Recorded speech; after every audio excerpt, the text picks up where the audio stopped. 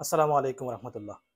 আজকে কথা বলবো আমরা যারা হজ করার উদ্দেশ্যে মক্কা মদিনায় যাচ্ছি তারা হুজুর পাক সাল্লাল্লাহু আলাইহি সাল্লামের রওজা মুবারকে কিভাবে সালাম পৌঁছাবো সেই বিষয় নিয়ে কথা বলবো, বা সালাম পৌঁছানোর গুরুত্ব, সালাম পৌঁছানোর আদব, বা কিভাবে সালাম পৌঁছাবেন সেই পদ্ধতি নিয়ে কথা বলবো।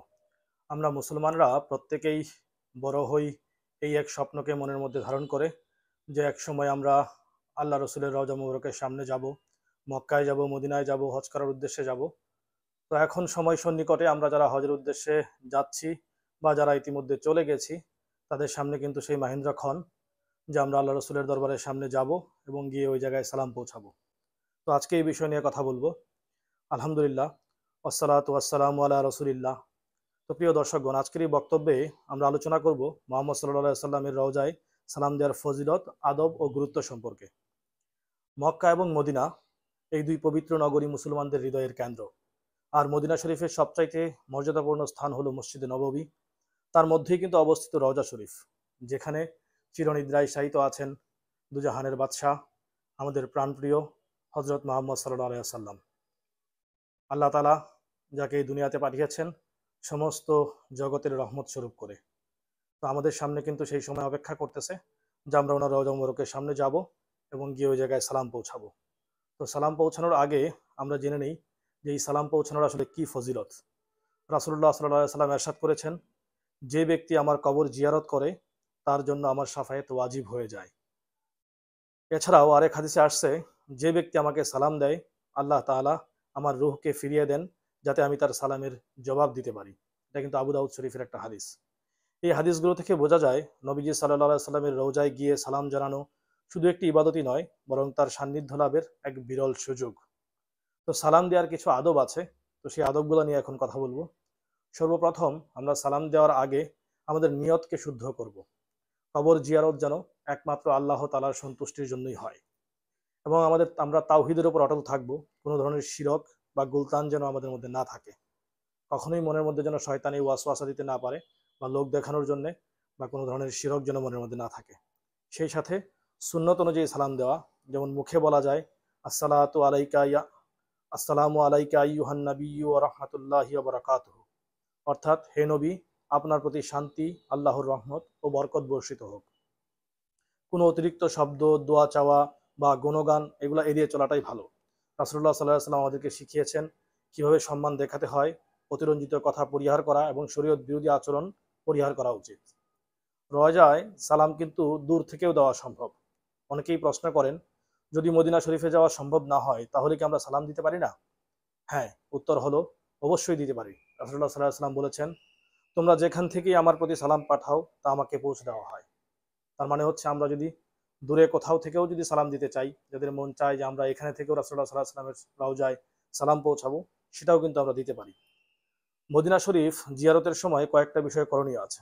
সেটা হচ্ছে যে নফল নামাজ পড়া, রওজার পাশে দাঁড়িয়ে সংক্ষিপ্ত সালাম দেওয়া, ওই আল্লাহ রসুলের রওজার পাশে যে তিন সাহাবীর কবর আছে, আবু বকর রাদিয়াল্লাহু তাআলা আনহু, ওমর রাদিয়াল্লাহু তাআলা আনহু, ওনাদের কবরকে জিয়ারত করা, জমা করে রাখা কোনো দোয়া বা নফল ইবাদতের পরিকল্পনা করা। তাই রওজায় সালাম দেওয়া কেবল শরীয়তের একটি আমলই নয়, বরং এটি আমাদের ভালোবাসা, ঈমান এবং নবীজি সাল্লাল্লাহু আলাইহি সাল্লামের প্রতি অনুগত থাকার প্রকাশের মাধ্যম। যারা সৌভাগ্যবান তারা কিন্তু মদিনায় গিয়ে সরাসরি সালাম জানাতে পারেন। তাদের উচিত সেই সময়টিকে যথাযথভাবে কাজে লাগানো। আর যারা যেতে পারেন না তারা যেন অন্তর থেকে বা দূর থেকে সালাম পাঠাতে থাকেন, কারণ সালাম পৌঁছাবে ইনশাআল্লাহ। আল্লাহ আমাদের সবাইকে রাসূলুল্লাহ সাল্লাল্লাহু আলাইহি সাল্লামের প্রতি আন্তরিক ভালোবাসা দান করুন এবং তার রওজায় আদব সহকারে সালাম জানানোর তৌফিক দান করুন। তো এই ছিল মোটামুটি আদবগুলা, বা তারপরেও আরো কিছু বিষয় সেটা একটু বলি। সেটা হচ্ছে যে রাসূলুল্লাহ সাল্লাল্লাহু আলাইহি সাল্লামের রওজার সামনে কিন্তু বিশাল ভিড় থাকে। যখন আমরা যাব তখন গিয়ে দেখবো যে অনেক মানুষের ভিড়, কারণ অসংখ্য মানুষ একসাথে কিন্তু যান ওই জায়গায়। তো ওই জায়গায় এরকম কোনো আচরণ আমরা করব না যেটা আসলে বেয়াদবির সমান হয়। এরকম কোনো বেয়াদবি বা অসংলগ্ন আচরণ বা ধৈর্য হারানো এরকম কোনো কাজ করা যাবে না, কারণ মানুষের যেহেতু একটা ধাক্কাধাক্কি থাকে।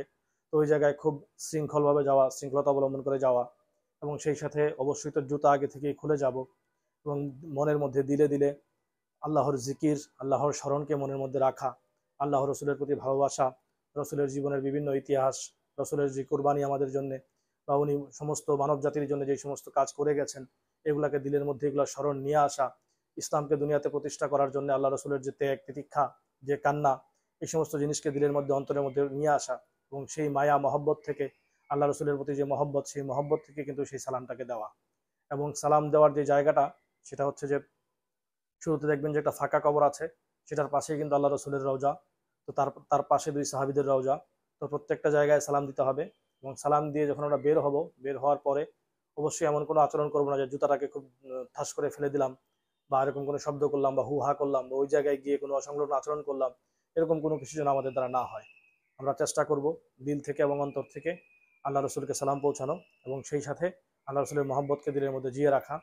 এবং যদি মনের মধ্যে কোনো দোয়া আসে, সেই দোয়াটাকেও করা।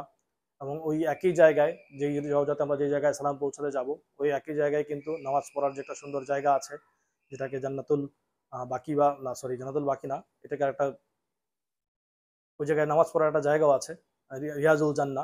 তো ওই রিয়াজুল জান্নাতে আমরা কি নামাজ পড়ার চেষ্টা করব। ওই জায়গায় কিন্তু নামাজ পড়ার জন্য আগের থেকে সিরিয়াল নেওয়া লাগে। তো সেই সিরিয়ালটা নিয়ে রাখবো। অনলাইনে একটা সিরিয়াল পাওয়া যায়, আমরা আমাদের যারা মোয়াল্লেম থাকবেন বা যারা গাইড থাকবেন তাদের সহযোগিতায় আমরা সেই সিরিয়ালটা নিয়ে রাখবো।